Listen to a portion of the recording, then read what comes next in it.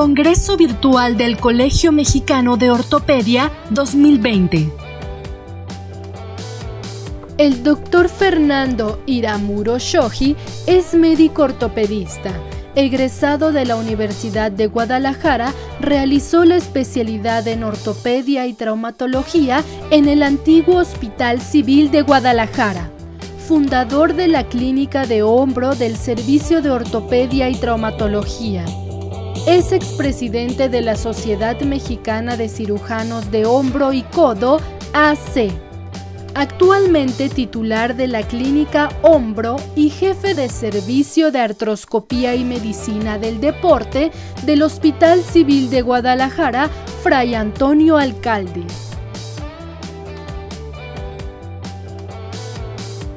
El doctor Iramuro hablará sobre discinesia escapular, causas articulares. Buenas tardes, soy el doctor Fernando Iramuro de Guadalajara. Muchas gracias por la invitación a participar en este evento virtual del Colegio Mexicano de Ortopedia. El día de hoy voy a hablarles un poquito acerca de la discinesia escapular y cuáles serían las causas articulares de la misma.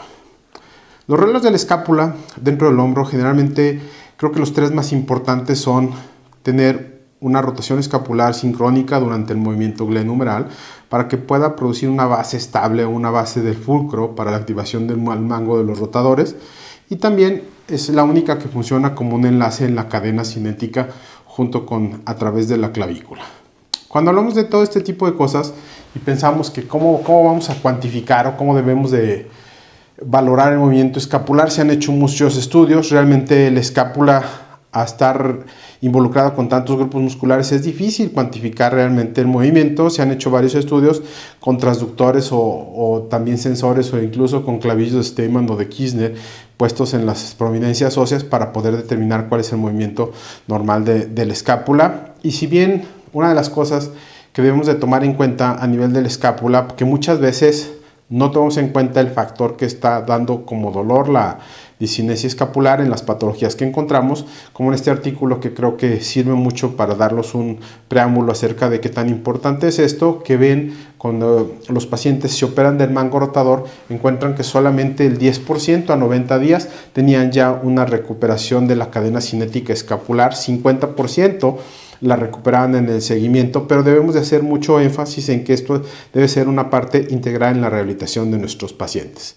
Cuando pensamos acerca del movimiento de escapular, realmente vamos a ver que es ciertamente complejo y tenemos que valorar tanto el plano de inclinación escapular, la rotación interna y externa escapular, la protracción y la retracción de la escápula de la misma, y dependiendo de dónde estemos revisando, pues vamos a ver que pueden clasificarla en tipo 1, tipo 2, si es en el borde inferior, si es en el borde lateral, pero yo creo que nos vamos a enfocar más en cuáles son las causas o el origen de las mismas. Y cuando vemos la escápula desde el punto de vista superior, tomen en cuenta que el movimiento que está ocasionando la protracción y la rotación son aquellos que nos ayudan a facilitar las actividades que normalmente hacemos en el día a día. En la elevación lateral o en la abducción, fíjense cómo también gira la escápula y cómo puede subir y bajar el plano sin que haya un movimiento a nivel de la articulación glenohumeral. Los movimientos,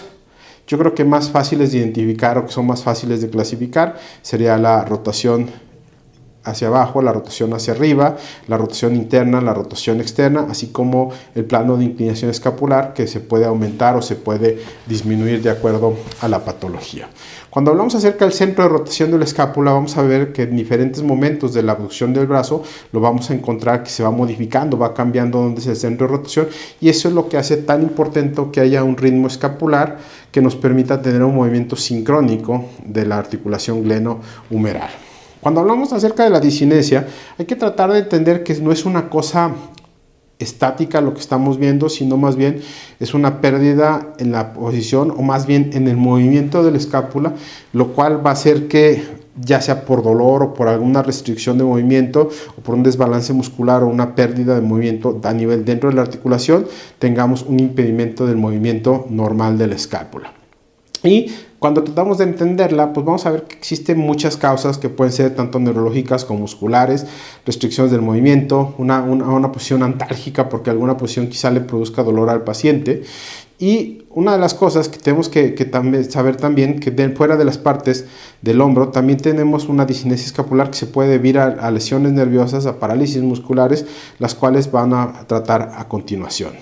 Cuando se habla acerca de las patologías relacionadas con el hombro, pues realmente casi cualquier patología que tengamos a nivel de la articulación glenohumeral o las estructuras periféricas que la rodean nos pueden producir una discinesia escapular. Yo creo que una de estas donde más comúnmente la vamos a ver es en aquellos pacientes que tienen un problema de pinzamiento o de desgarro del mango rotadores, porque muchos pacientes realmente están relacionados el pinzamiento con que tengan un cambio en la postura y al momento del movimiento hace que disminuyan el espacio subacromial y esto puede hacer que se genere un pinzamiento subacromial que aumente el grado de pinzamiento, la disminución del espacio de la bursa y eso genere dolor o una cinemática alterada al momento de que tengamos un plano de elevación.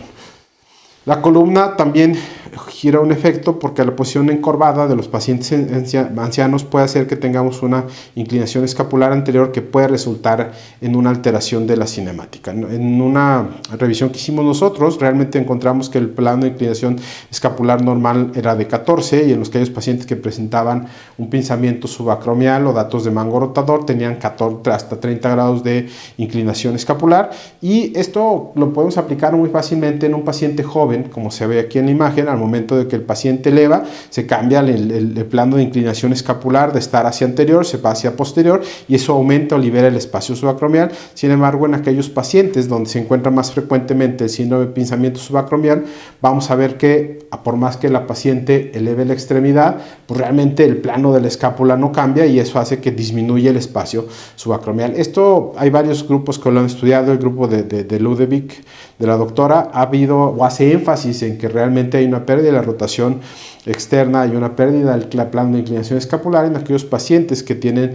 pinzamiento o alguna patología a nivel del mango de los rotadores. Y una de las cosas que podemos explicar muy fácilmente es cómo en aquellos pacientes que tienen un desgarro sintomático o asintomático, si comparamos la mecánica de activación muscular, vamos a ver aquellos pacientes que son asintomáticos están trabajando mucho más con el deltoides, ya no se basan tanto en los músculos remanentes del mango rotador como se ven en las imágenes y eso hace que la alteración a nivel del movimiento escapulotorácico, si bien sea patológica porque no es el ritmo normal de la activación, permita que tengan una buena elevación del brazo, como en este caso. Vean el paciente al momento de elevar el brazo, cómo cambia el plano de inclinación escapular para hacer que el deltoides trabaje en su beneficio y no se base tanto en mantener el fulcro estable con el mango de los rotadores. Bien, porque de acuerdo a todos los movimientos de la escápula, acuerden cómo va cambiando, cómo va rotando la inclinación de la escápula, tratando de seguir hacia la cabeza para darle un mejor fulcro de rotación. Cuando hablamos acerca de patologías de inestabilidad, vamos a encontrar que aquellos pacientes que tienen inestabilidad multidireccional tienen una pérdida de la rotación de la escápula significativa comparada con el grupo control, porque la escápula tiende a seguir más o evitar que se luxe o que tenga un periodo, una sensación de inestabilidad. Y si ustedes se fijan en esta tabla, cuando la vemos, vean cómo si hay una significancia estadística en los movimientos de rotación, que quiere decir que se aumenta el movimiento escapular, tratando de esa manera compensar la inestabilidad que presenta el mismo paciente. Esto cuando lo analizamos vamos a ver que sí hay cosas que hacen en la inestabilidad y una de las cosas más importantes que encontramos en la inestabilidad es que hay una disminución de la rotación superior y consecuentemente una rotación interna aumentada, probablemente como un mecanismo de defensa del mismo hombro para evitar que este paciente siga persistiendo la inestabilidad multidireccional. Dentro de las causas articulares, yo creo que las dos únicas que producen una rigidez, una pérdida de movimiento dentro de la articulación, pues va a ser la osteoartrosis por la pérdida de la congruencia articular, la deformidad de las estructuras óseas, y la otra que muy comúnmente vamos a ver más en pacientes jóvenes son aquellos pacientes que desarrollan una capsulitis adhesiva, ya sea idiopática o postraumática o secundaria a alguna lesión con las características de la pérdida de del receso axilar, las adherencias y la sustitución de las fibras a nivel de la cápsula con las adhesiones de la transformación de los fibroblastos a los miofibroblastos. Y esta imagen de un paciente que es cortesía del doctor Tonatiuh Mondragón de la ciudad de Guadalajara. Vean cómo el paciente presenta una capsulitis adhesiva y para tratar de compensar el ritmo del brazo tiene un cambio completamente en la cadena cinemática de la escápula. Los procesos osteoartrósicos, como lo mencionamos, el mismo atrapamiento que se produce con la deformidad de la cabeza hace que el paciente, para tratar de tener más movimiento,